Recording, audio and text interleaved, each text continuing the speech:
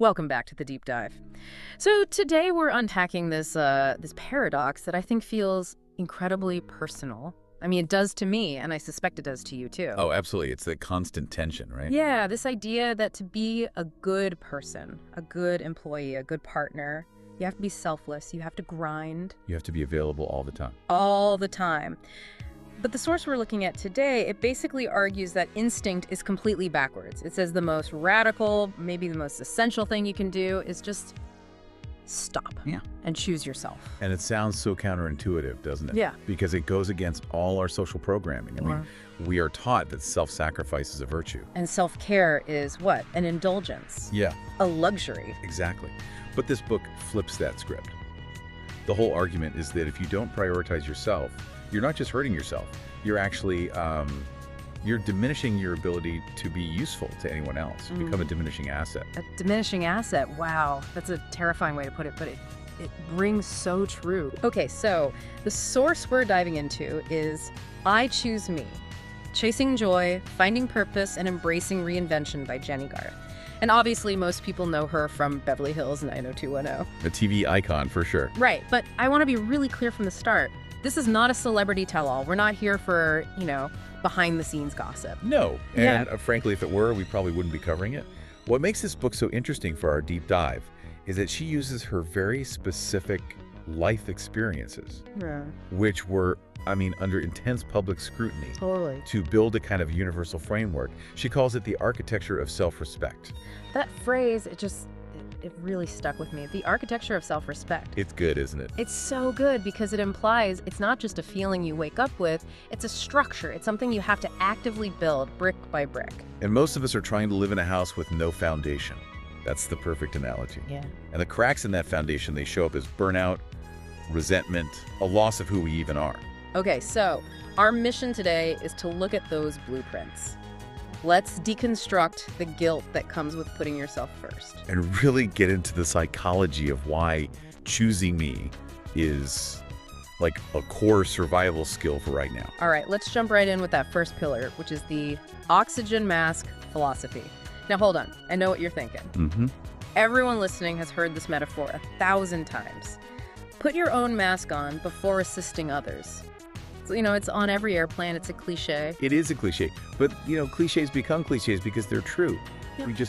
We stop hearing them. We stop hearing them. Yeah. Right? The problem isn't the metaphor itself, it's how we apply it or don't apply it. Most of us treat that oxygen mask like it's a reward. Oh, totally. It's okay. I'll take a breath after I've finished this project, helped the kids, answered every single email. Right. We treat oxygen like it's dessert. Yes. You have to eat your vegetables first, all the hard work and suffering, and then you get to breathe. But biologically, it's impossible. If you wait until you're done helping everyone else, you're already hypoxic. You've passed out. You're no good to anyone. You're no good to anyone. And the book makes this really sharp point. It says, choosing you isn't selfish. It's the most powerful act of self-respect. And more importantly, it's a prerequisite for just being competent. Okay, see, this is where I struggle, and I bet a lot of our listeners do too, because intellectually, I get it. I know I can't pour from an empty cup.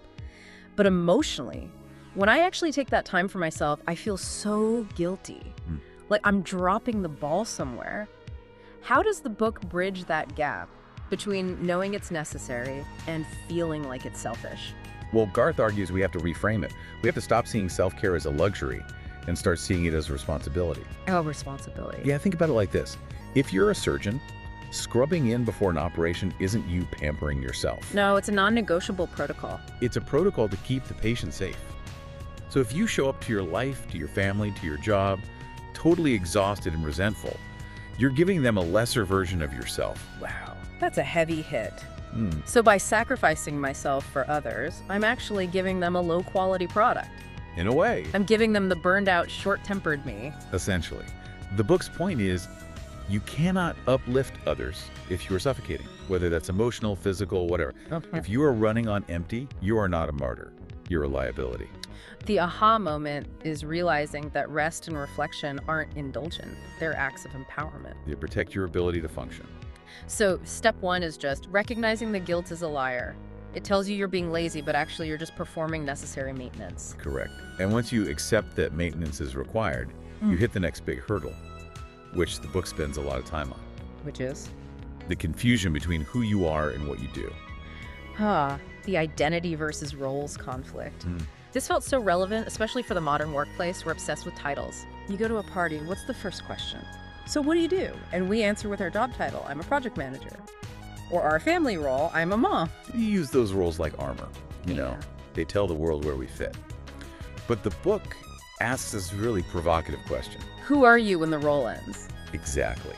Garth talks about it with her acting career or her kids growing up, but it applies to anyone. If you get laid off tomorrow or your relationship ends, do you still exist? Or does your entire self-worth just evaporate with the title?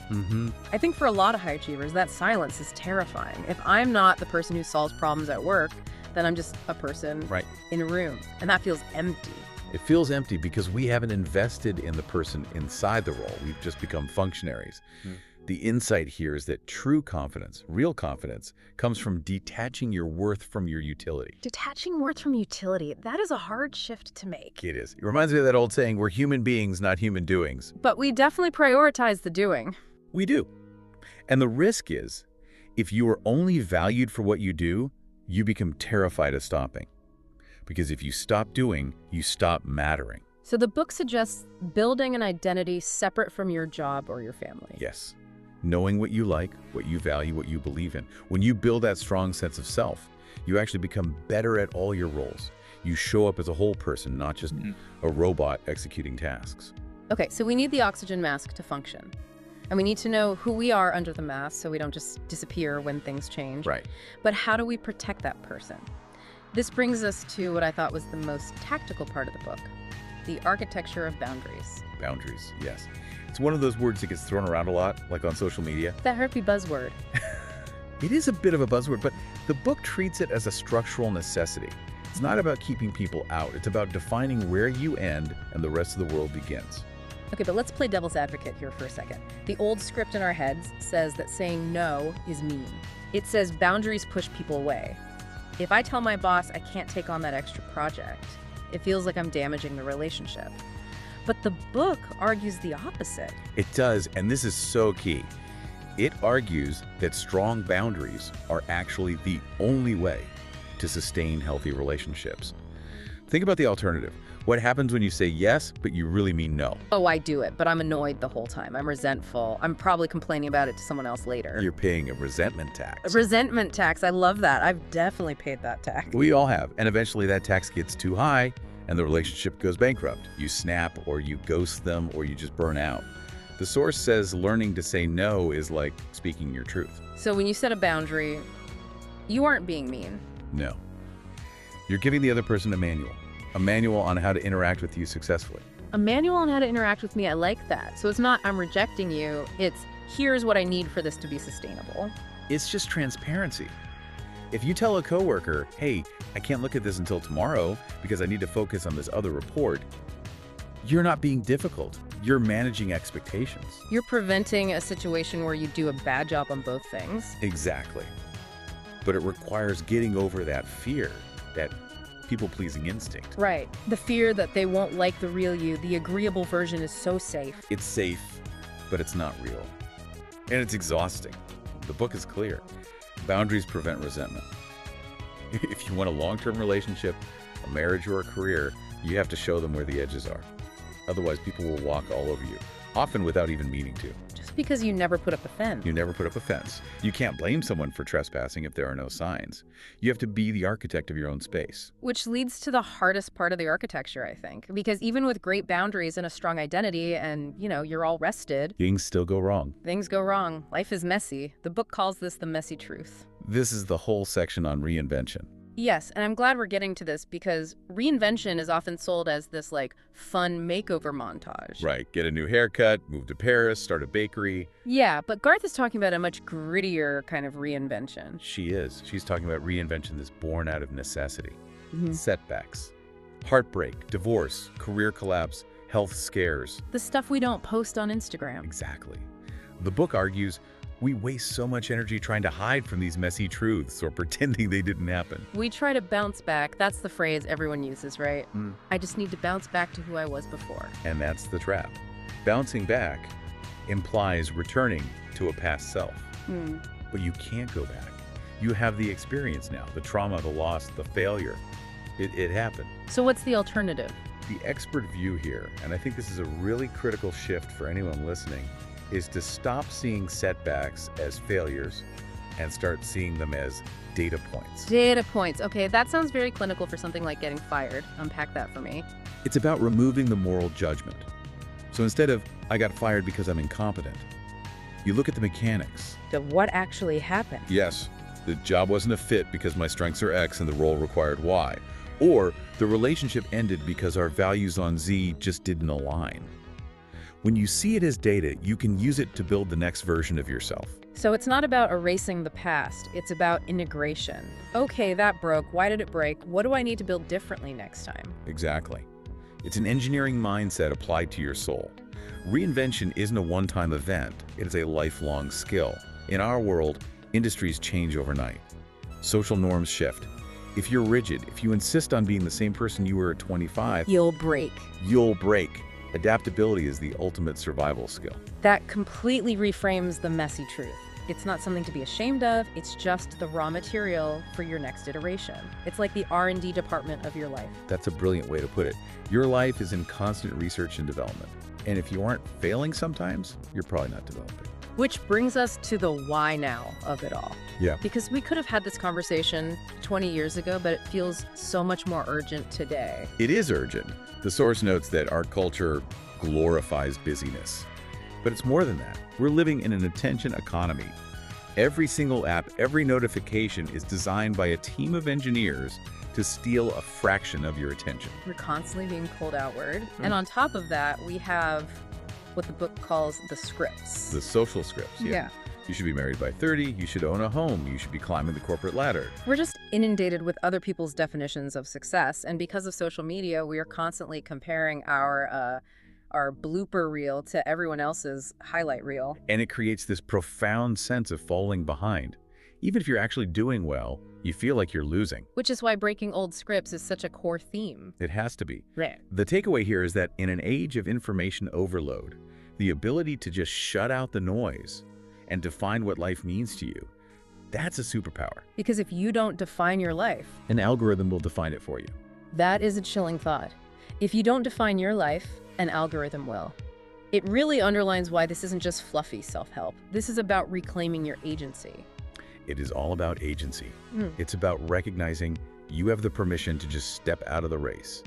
The book normalizes the anxiety and the burnout, but it doesn't leave you there. It pushes you to act. It says, okay, the world is crazy, but you don't have to be. Exactly. This has been a really comprehensive look at I Choose Me. It feels like we've moved from a simple idea of take care of yourself to like a full operating system for modern life. It really is a toolkit. I mean, if we recap the pillars, first, the oxygen mask. You have to reject the guilt and see self-care as maintenance. Secure your own foundation first. Then there's identity versus roles. You have to know who you are when the work stops. Be a person, not just a functionary. Then, the architecture of boundaries. Learn to say no to protect your energy. And finally, reinvention.